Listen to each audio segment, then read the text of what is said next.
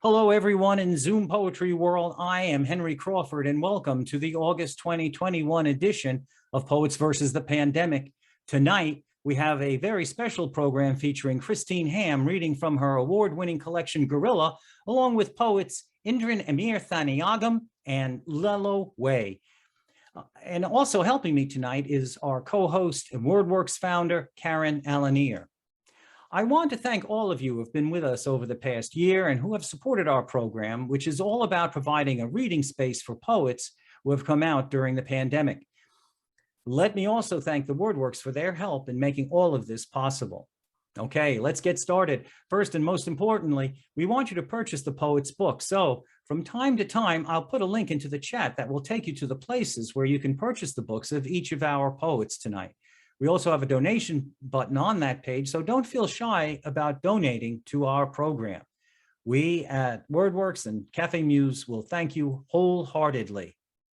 And a couple more things. Please join us on Monday, September 13, 2021, when Cafe Muse Online will present poets Andrea Carter-Brown and Catherine Gecker, and we'll be back here again with PvP on Wednesday, September 22nd, 2021 with a dynamite program featuring Hiram LaRue reading from his brand new book, Mud Ajar. So let me say a few words about Christine Hamm.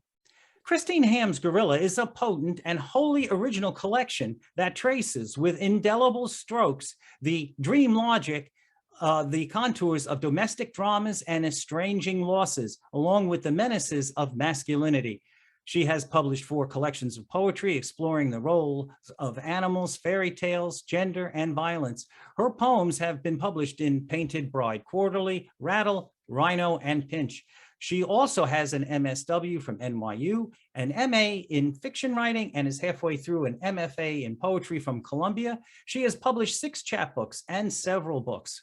Her 4th, Girl into Fox, came out in 2019. So here tonight, reading from her 10th Gate Prize-winning collection is Christine Hamm. Christine, welcome to Poets versus the Pandemic. The Zoom stage is yours. Thank you so much, Henry, and thank you for having me. I just want to show everyone the cover of my book. It's a little insane. Some people get very upset when they see the cover for some reason. I made it myself. All right, so I'm just gonna start with the beginning of the book, Gorilla, and I'm gonna give you the epigraph, which is by Russell Edson, who has been called the father of the American prose poem, and then I'm gonna read my work. So this is from Ape by Russell Edson. Why don't you have the butcher cut these apes up? You lay the whole thing on the table every night, the same fractured skull, the same singed fur, like someone who died horribly. These aren't dinners, these are post-mortem dissections. Okay, so this is the first poem of the collection and it's called Gorilla. He says, gorilla, huh, as if it were something with a mind of its own. The gorilla is not real. The gorilla is made out of rubber, synthetic hair, and dark. The gorilla has real action eyes. They blink up and down when you snap your head back and forth. The gorilla tastes like Old Spice and hair cream on the inside, with a faint odor of Amstel and burning leather. The gorilla's equipment: a catcher's mitt, a country cruiser with stick-on wood grain, black wingtip shoes, polished once a week, a pile of banana leaves, an ancient leather belt cracked along the buckle holes, 5 brown glass bottles full of Amstel, a stick for poking at anthills, then licking the ants off of, a poor falsetto singing voice, a portable plastic record player from the 70s, a handful of fleas, WD-40 for cleaning rubber, 5 boxes of tissues, a collection of dried shit hidden under a bed.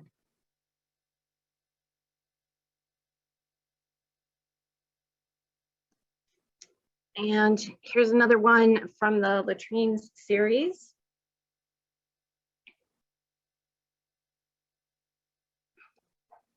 Your dark, straight hair, a silk skin I wanted to stick my fist through.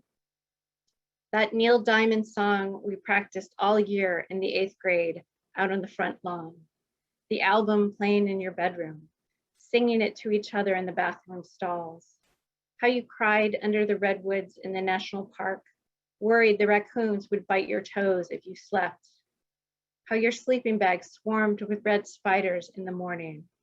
I wanted to show you how to masturbate. I had read about it in my mother's medical textbook. I wouldn't let you share my sleeping bag. I wouldn't let you borrow my bikini. How you told me not to tell anyone else. I'm not the pig you think I am. I'm not the dog you think I am. I'm not the person you think you are. Can we try this again?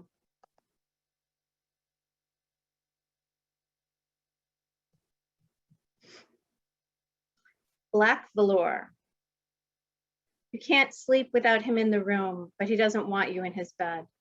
You sleep under his footboard, arrange his books so they make a comfortable platform. You can sleep an hour at a time this way. You get up around 2 a.m. and wander the streets. You think no one can tell you're a girl because you wear a knit hat and a puffy down coat. You stare into the windows of other people who can't sleep. You watch a man drag a child down the sidewalk. But I don't wanna, the child says, trying to pull his sleeve free. It's okay, the man says, a baseball cap covering his eyes. Their voices disappear into the park, and you realize that this may be the dream where you're invisible.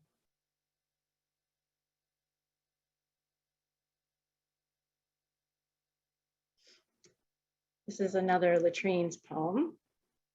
How you were better than me at math. How your painted horses always had an alien gleam. Your hairspray made me sneeze. The song had the word blue over and over. Do you really think you're an animal? One boy asked before he hit you on the back of the head, made you fall to the lawn. You apologized for running over my yellow lab with your bike. I never said anything about pissing on your toothbrush. We sat cross-legged on the front lawn, chewing grass blades, the fat, white, tender part. I was sorry your parents pretended to love you. I poured all your change down the latrine. Then I kissed your sleeping hand and for hours waved the swarming summer bees away from your face. How I bit your arm once right after a mosquito to see what it would taste like.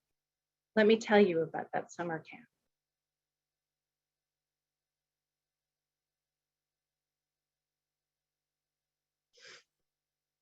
How to make a red coat. Take from the lint trap in the dryer all the soft fuzz and thread and drape it over the faucet in your neighbor's bathtub.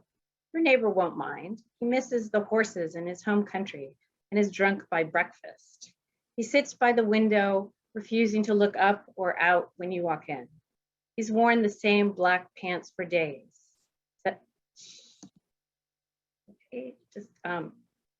Technical difficulties. Okay. Let me start over. Take from the lint trap in the dryer all the soft fuzz and thread and drape it over the faucet in your neighbor's bathtub. Your neighbor won't mind. He misses the horses in his home country and is drunk by breakfast. He sits by the window, refusing to look up or out when you walk in. He's worn the same black pants for days. The smell makes your eyes water, so leave the front door open. Go down to this tiny store under the stairs and buy 2 gallons of cranberry juice from the depressed pregnant woman. A monster covered in brown feathers will follow you home. He refuses to make a sound, just blinks his large yellow eyes, even when you pluck a feather and slide it into the bucket under your arm. Take the monster by the shoulder and tuck him into your neighbor's bed. Now, during the night, they'll both have a reason to howl.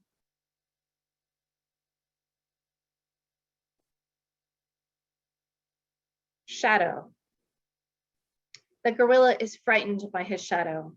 When he sees it creep beneath him on the street, he yelps and quivers. He then proceeds to go home and kick his dog. His dog is small and so elderly that most of its teeth have slipped away. It needs to be fed oatmeal and ground chuck by hand. When the gorilla beats the dog, it doesn't cry or bark. It simply curls into itself, smaller and smaller, whining like a tiny balloon.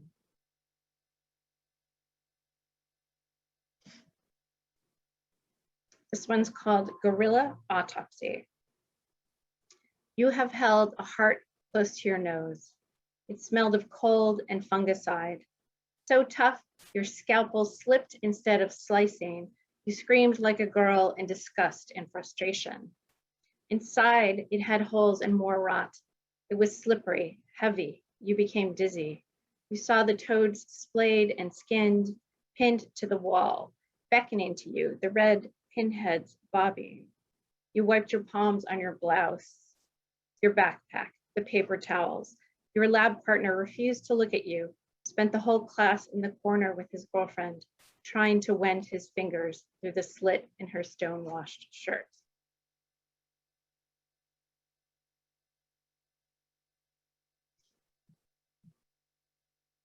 Gorilla suit. A woman is trying to get you off her lawn. Her black beehive wig towers over you, a hostile ice cream cone. She tries shutting the gate, but you are already on the inside. We don't want your kind here, she hisses.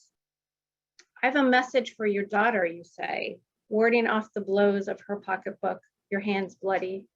In the top story window, a hairless girl watches you. She chews slowly on the lace curtain. I don't have a daughter, the woman shouts again. You know the girl is watching you, waiting to see what you'll crush next.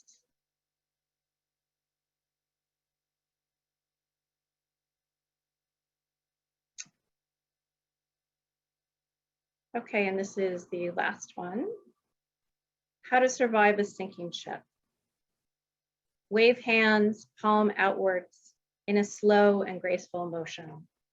Warm sweaters, a history of movies ending with a sunset, a tendency to avoid artichoke hearts. Run up and down near the railing. Get your circulation going. You will need it. Tie heavy objects around your neck. Put your last will and testament in the toes of your tap shoes. Practice glug glug to yourself. Say it in a whisper. Pucker your mouth so you look like a goldfish. Jump into the arms of the nearest captain. A sore back, abrupt seating on deck. Water the color of tarnished coins of old shoes. It is only true if you say it is. Water can be both heavy and cold. The swimming pool is so uninviting, deck chairs like fallen tentacles. Ignore the moans of the elderly, take their hats and see how far they sail. All along, you were only entertainment. The stage has shifted left, then down. Thank you.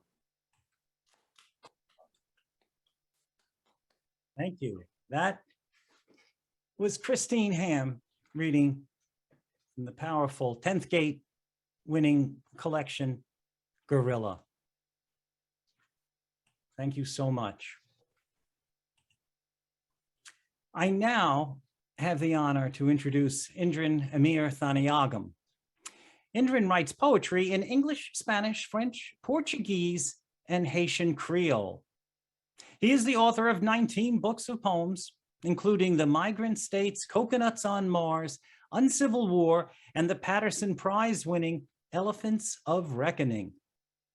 Indran is the 2020 Foundation for Contemporary Arts Fellow in Poetry and a past fellow of the New York Foundation for the Arts, the U.S.-Mexico Fund for Culture, and the MacDowell Colony. He edits the Beltway Poetry Quarterly, curates the reading series Poetry at the Port-au-Prince restaurant in Silver Spring, Maryland, and serves on the board of DC Alt. So let's hear from this award-winning and widely published poet. Indran, welcome to Poets versus the Pandemic. Thank you so much, Henry and Karen, this warm invitation. I'm delighted to be with you tonight. Let's see if we can beat the pandemic, so the poets can win tonight. I'm actually reading from my 20th book, which is this one, Blue Window, and I'll read, and it's a book I wrote in Spanish under the title Ventana Azul. It was published in 2016 in Mexico. And then I had the immense pleasure of working with Jennifer Rathburn, who translated these poems into English. And And in the translation, there was a transformation of some of them as well, both in the original in Spanish and in the English. So I'm very excited to have this new version of Indran called Blue Window. And my son, Anandan, did the cover of the book, and he has done a number of my books. I'm so very pleased for that as well. A pause. I'll read the original in Spanish and then the English. Una pausa. Hasta luego. Hasta la vista. Y no hay más tarde. Voy a dormir sin darte abrazo ni apapacho, sin alimento ninguno para tu fantasía ya de antaño. A pause. Goodbye. So long. There are no more farewells. I'm going to bed without embracing or pampering you, without nourishing whatsoever your fantasy. Now gone. Así es. En mi conversación a solas hablo de límites, lo que el cuerpo pueda aguantar para no volar en llanto. Una copa de vino seguida por un estimulante, un té verde, alimentos que calientan el cuerpo y los que nos enfrían. Busquemos la balanza. Te extraño un montón, aunque hoy me dedico a mi hija. La pérdida anticipada de ella ya te he contado en mis poemas. Hace frío. Espero que estés bien y encuentres el amor en estos versos y que pronto nos abracemos hasta el amanecer. That's life. In my conversation alone, I talk about limits, what the body can withstand to keep from breaking down in tears. A glass of wine followed by a stimulant, a green tea, substances that warm the body and those that cool it. We should look for the balance. I miss you a lot, although today I'm dedicated to my daughter. Her anticipated departure I've already mentioned in my poems. It's cold. I hope that you're well and that you find love in these verses and that soon we'll embrace until dawn. You might have figured out this is a book of love poems, but love in all of its expressions, from the sacred, the profane, ecological, the obsessions as well. Lecciones de amor. Déjame ser claro, sí, con tal asunto será posible aclararme. Decir de manera contundente que el hombre que tú ves entre los corazones no es medio araña ni mono con lentes cubriendo sus cejas abundantes, ni buceador vestido para penetrar al reo lete. Es un hombre apenado por ser sensible, dispuesto a la soledad y a los celos, no para caer en sus redes, sino para reconocer que alguna vez sus besos fueron rechazados y aquellas lecciones deben servir para algo más que material triste, para compartir con mi hijo. Love lessons. Let me be clear, if it's even possible to explain this matter, to say in a convincing manner that the man you see between hearts is not half spider, nor a monkey with glasses covering his abundant eyebrows, nor a scuba diver dressed to penetrate the river Leith. He's a man saddened by sensibilities, disposed to solitude, jealousy, to not fall in its webs, but to recognize that his kisses were rejected once, and those lessons should serve for something more than sad material to share with my son. My apologies to my son for having included him in that confession there. Saludos. Adiós. Que estés bien. Me voy. Tonterías del corazón herido, deseo insatisfecho, reclamos inesperados. Deja que el tiempo sane todo y las mareas renueven la arena. Que sea puro grano blanco para otra pareja en camino por el mar. Greetings. Goodbye. I wish you well. I'm leaving. Idiocies from a wounded heart, unsatisfied desire, unexpected complaints. Let time heal everything, and may the waves renew the sand. May there only be pure white grains for another couple walking along the sea. You know, I grew up reading Ramanujan's translations of the classic love poems, or poems of love and poems of war. And I think some of that reading has entered my verses as I write about these things. Here is another poem which is a little bit naughty. It's called En la Puerta. La joven madre bonita de minifalda en la puerta de la iglesia que nota cada feligres llegando para asistir a la misa, algunos con una mirada prolongada o una conversación a susurros con su confesor en el espíritu, y otros como si no existiera un árbol en el paisaje que se pasa a diario sin darse cuenta de su papel en la conservación del ecosistema. Por mi parte, prefiero acostarme con mi novia en un cuarto cerca de la iglesia, y cuando suenan las campanas, deja de hacer el amor, recitar el poema, charlar en la red y arrodillarme por un minuto a escucharlas con todas mis agallas. Un minuto en mi casa donde y con quien amo. Le pregunto a Dios, ¿por qué ir a la misa y exponerme a nuevas ideas románticas? At the door, the young mother, pretty in a miniskirt, at the door of the church, observes every parishioner arriving to attend Mass, some with a prolonged glance or a whispered conversation with her confessor on her mind, and others as if they didn't exist, a tree in the landscape passed every day without realizing its role in the conservation of the ecosystem. As for me, I prefer to go to bed with my girlfriend in a room close by the church, and when the bells toll, stop making love, recite a poem, chat online, and kneel for a minute to listen to the tolling with all of my guts, a minute in my house where and with whom I love. I ask God, why go to Mass and expose myself to new romantic ideas? Well, I better go to confession immediately. Let's see, I'll read some more. Esperando la luz. Debo acostarme, no me queda otra opción. Este humor tuyo no tiene solución inmediata. Dejémoslo pasar. El viento sacudirá el corazón, la soledad volverá más fría, regresarás a mis brazos, el ciclo de ir y venir de las mareas seguirá sin intervención de poesía o de terapia, más bien del sol al amanecer, que esperar iluminar a los que se doblan hacia la luz.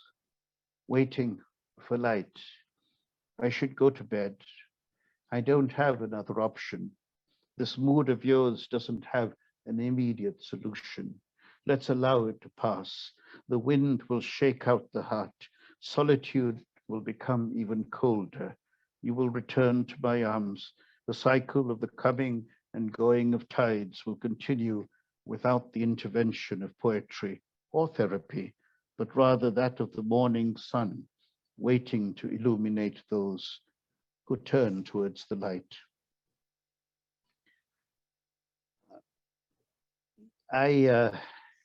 Thank you. Lectura y sitio. Hay un sitio donde siempre nos encontramos. Nadie puede asediarlo, conquistarlo, borrarlo. Ahí vivimos, residentes en la tierra, orgullosos de los frutales que cultivamos, dando de comer a los vecinos. Llámalo utopía rústica, una fantasía citadina. No me importa cómo se califica el idilio, ni si usas esta metáfora que separa el lugar de los que frecuentamos todos los días. Sí, es tranquilo y real, como las manos y el espíritu que se concuerdan para describirlo. Lo mejor que pueda dar está aquí. Tómalo como alimento para tu viaje, donde estés bajo el sol rojo o la luna oriental. Este poema te hará bien y no se echará a perder. Reading and place. There is a place where we always meet.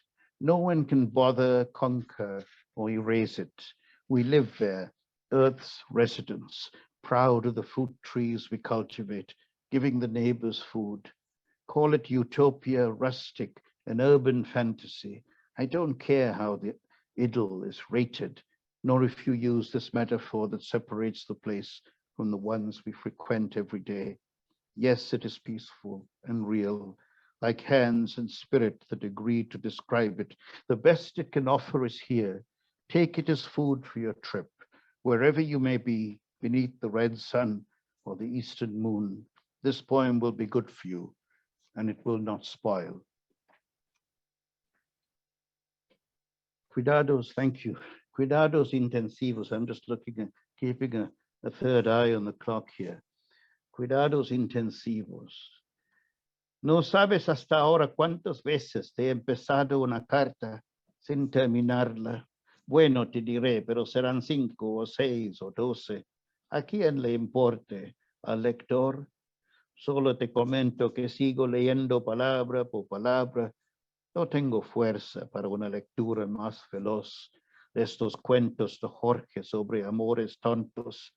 Y me pregunto, ¿por qué no nos tocó la flecha? ¿Por qué? ¿Y qué consecuencias tendrá en nuestras vidas esta idea lanzada también que no fue y no es suficiente? Que la vida nos insiste en algo más allá de la única emoción que nos da para vivir con esperanza y ánimo, con sueños de poder cuidar al prójimo sin hacerle a él o a nosotros una tontería. Intensive care.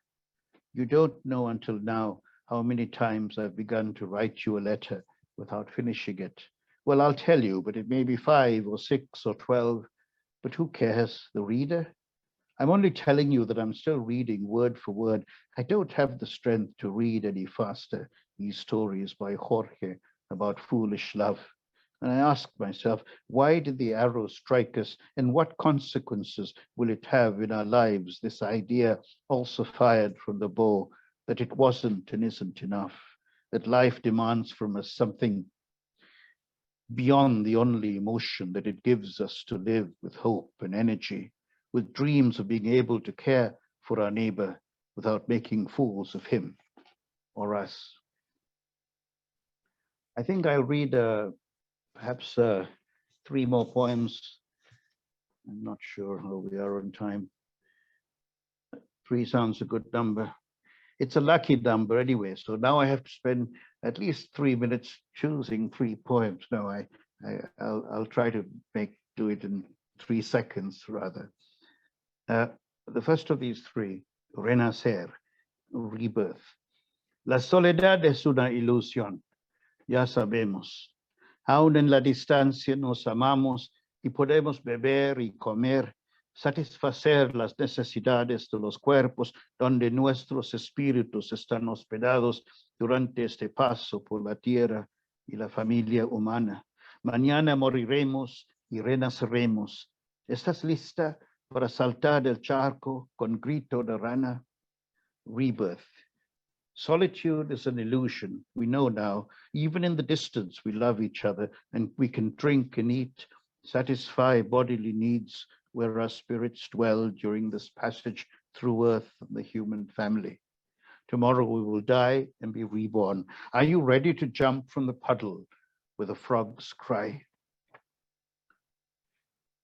And then the penultimate poem, let's see. Hard to choose the penultimate poem. It's hard to choose the final poem either. This is a very short poem, but I think it captures, I mean, if you don't want to read the whole book, just read these 3 lines. En pocas palabras todos. En pocas palabras todos nacen, crecen, se enamoran, se decepcionan, sobreviven, se enamoran, sobreviven, se alegran, dejan de crecer, disminuyen, se mueren.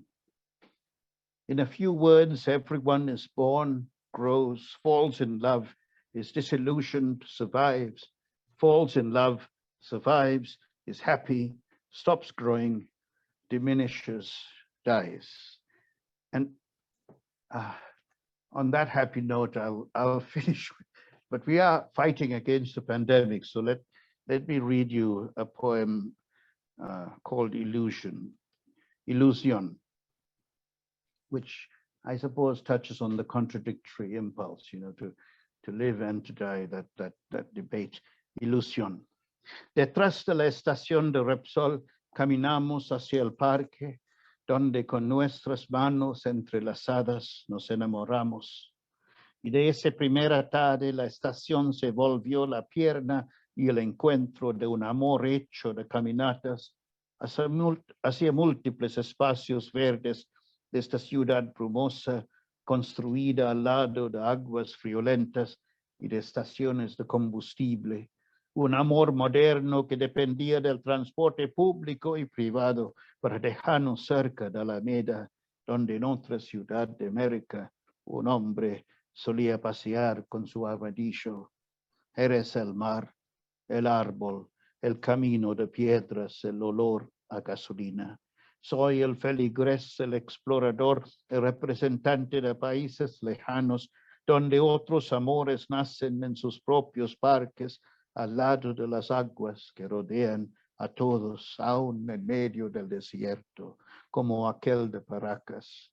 Dejo mi cargo, entro al mar, dejas tus arrecifes de coral y tus formaciones rocosas, donde se han hundido los barcos para abrumar la costa. 35,000 hombres fueron borrados de la costa srilankesa ese día del tsunami. Déjame ser uno más. Illusion. Behind the Repsol station, we walk towards the park where, with our hands intertwined, we fell in love. And from that first afternoon, the station became the leg and encounter of a love made of walks towards multiple green spaces in this hazy city, built next to freezing waters and gas stations. A modern love that depended on public and private transport to take us closer to the Alameda, where in another city in America, a man used to walk around with his armadillo. You are the sea, the tree, the stone road, the smell of gasoline. I am the parishioner, the explorer, the representative of distant countries, where other loves arise in their own parks, next to waters surrounding everyone, even in the middle of the desert, like that of Paracas. I leave my post. I enter the sea. You leave your coral reefs and your rock formations where boats have sunk to overwhelm the seashore. 35,000 men were erased from the Sri Lankan coast that day of the tsunami. Let me be one more. Thank you very much. Muchas gracias. Thank you.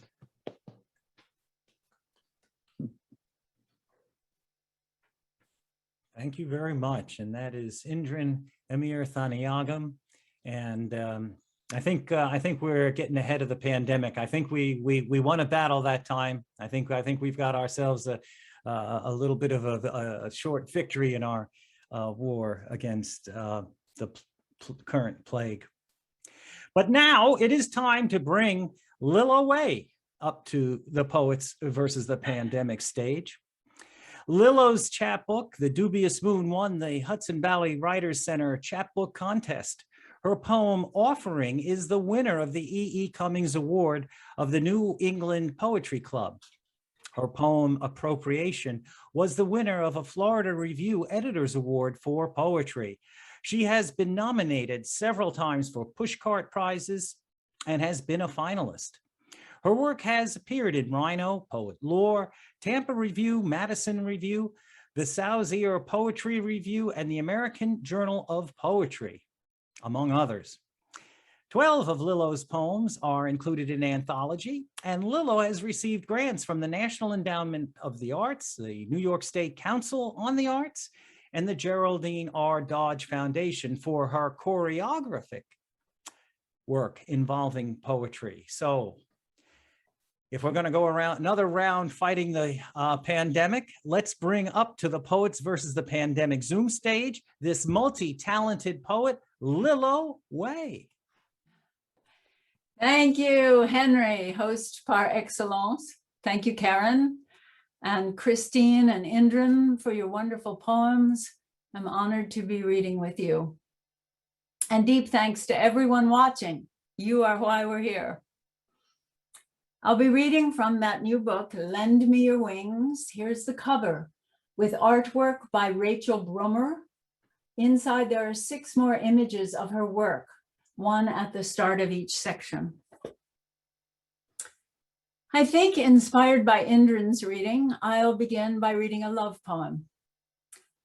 I never set out to write a love poem, but occasionally after a poem is finished, I realize it is a kind of slant love poem. It's for my partner, Bill. At least for tonight, you'll deep those atoms, they'll swirl and settle. Drops on the bloom side of a parasol, a parapluie, a beside sun, beside rain, not against. In bed, I cup my hand around your roundness, cells plumped with fat, but not in this day's tidings with cancer, not this year. When I sprawl over you as you nap on your back, you are my extra firm beauty rest. I am not your blanket. I'm a bobcat scrambling our connective tissue. You say I'm not hurting you, but I know you'll put up with pain to be this close to another animal. Skin pretending to be our only barrier. We're going to lie down one day, the way we did today, when we're too tired to go on. Weight of your big head, my neck and cheek, your pillow. As you surrender, the container that holds your thoughts drops a millimeter farther into my jugular and jaw. Fear, our dominant emotion, gone. Control, our dominant action, over. What if we'd let go earlier? Spent decades lying here in this place, which looks a lot like how we'd imagined it. In your sleep, you smile the perfect smile, one I've never seen before.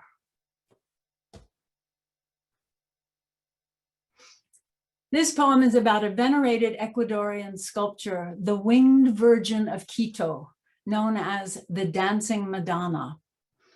The small sculpture, carved in 1734, which includes imagery from native Andean religions, excuse me, resides in a beautiful church in Quito, but is reproduced sometimes gigantically throughout the northern Andes. And reproductions are in major museums, including the Met and the Louvre. Oh, the final word of this poem, in case it's unfamiliar to you, is a type of butterfly. From the Winged Virgin of Quito, the Dancing Madonna, to Bernardo de la Garda, wood carver. You made me sweat and weep and dance away my years on the surface of this earth. You put nothing between me and it but a snake, holiest of creatures, because legless, who slithers belly to belly with Mother Earth, skin intimate. I fling the blue shawl you gave me, swing my skirt, laugh faster, stomp higher, swerve and curve in a manner better suited to a Hindu goddess than a Virgin Mary. But look now, today you've carved wings rippling from my scapula. Well, plume the serpent and wing my dancing feet, feather my breast and sprout a pair of pinions from my hips. Give me wings that undulate heavier than a condor's, faster than a hummingbird's, more transparent than a cicada's, tinier than a fairy fly's, And please angle all these wings in different and opposing directions, causing me to jig and hula, bellying my dance out of here, flying not straight up with the angels, but sideways with the dragonflies, swooping with the swallows, flitting and staggering with the fritillaries.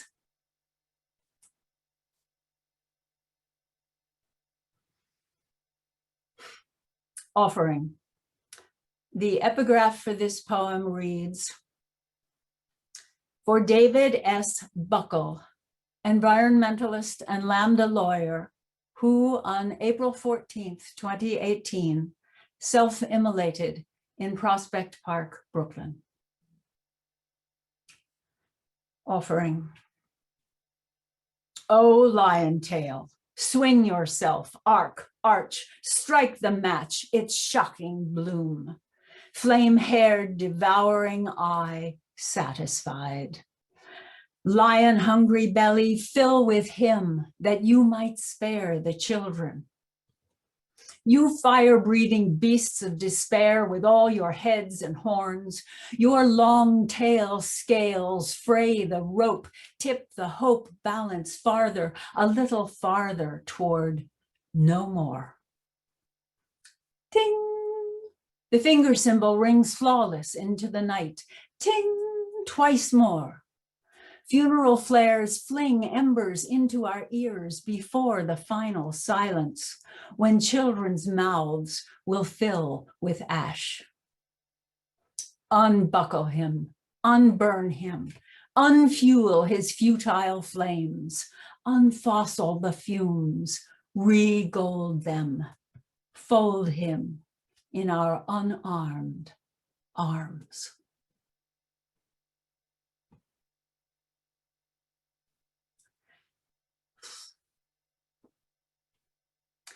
This poem was written when I was spending a lot of time in France and Italy.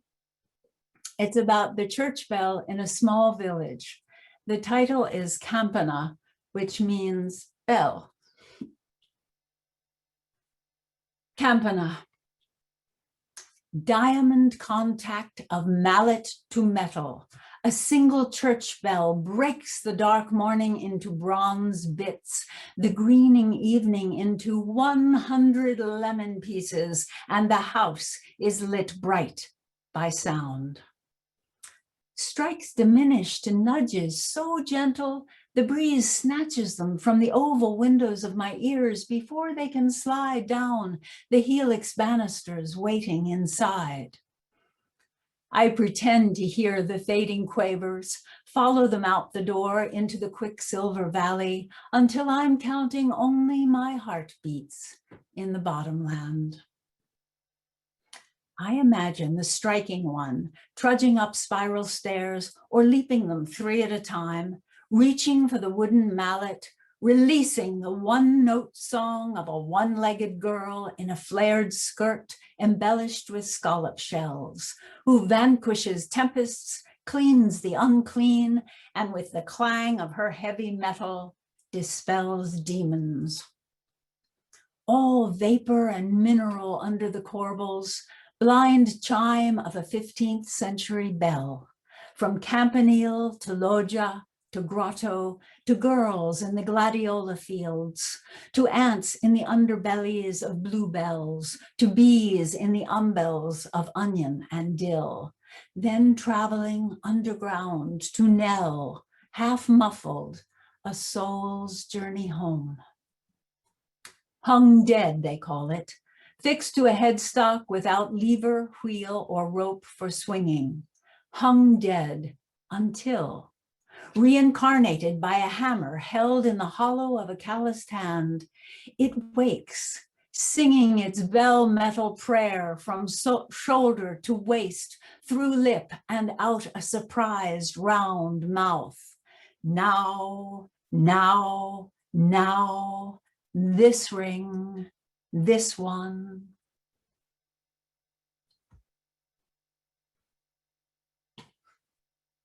I'll close with a poem called Elegy, a Dance. I once choreographed a dance about the experience of being with someone who was dying. This poem is about that experience, but at the same time, it's about the dance that I made about that experience. Elegy, a dance. You ask to walk the cedar green path behind your house, to feel the needles of cool air pricking your cheeks. One more time. I trail you, watching and ready. You fall backwards as if melting. Your forearms sink against mine until we are elbow in elbow. I slip into you and slip my feet under yours. Soles curve over arches, toes over toes. In this manner, we turn and pick our way to left feet, to right. Your body arches, pitches away from me. I catch it as it crests, steady you into your bird steps, and when they wobble, net you in again. Only now you've begun the dropping. You slump, I grab, hip, ribs. You sink, I lift, clavicle, shoulder. You collapse, I clasp, neck, temple. Down we slide together. You come to rest in my thighs, improbably laughing. Sun is pressing our shadows flat and broad as you go still. A wing slides across your lids. Your eyelight narrows, smaller, black, smaller, out. Thank you for listening. Thank you, everyone. Bravo. Bravo. Thank you all. That is, let's hear it again for Christine Hamm, Indran Amirthanayagam, and Lillo. Three wonderful poets. And sometimes I try it, when I do these things, I try to find the connective, what connects these three poets when I do these programs. And all I can say is I think in tonight's group, it was truth. There was a certain truth that connected all three of these great poets. And it is truth that will help us fight our way through this worldwide pandemic that we're going through. I hope you enjoyed this evening's readers, and we'll extend your enjoyment by purchasing books and letting others know about the series. Please come out on Monday, September 13, 2021, when Cafe Muse Online will present poets Andrea Carter Brown and Catherine Gecker. And we'll see you again on Poets versus the Pandemic on September 22 with Hiram LaRue reading from his new book, Mud Ajar. So good night, everybody, and stay safe.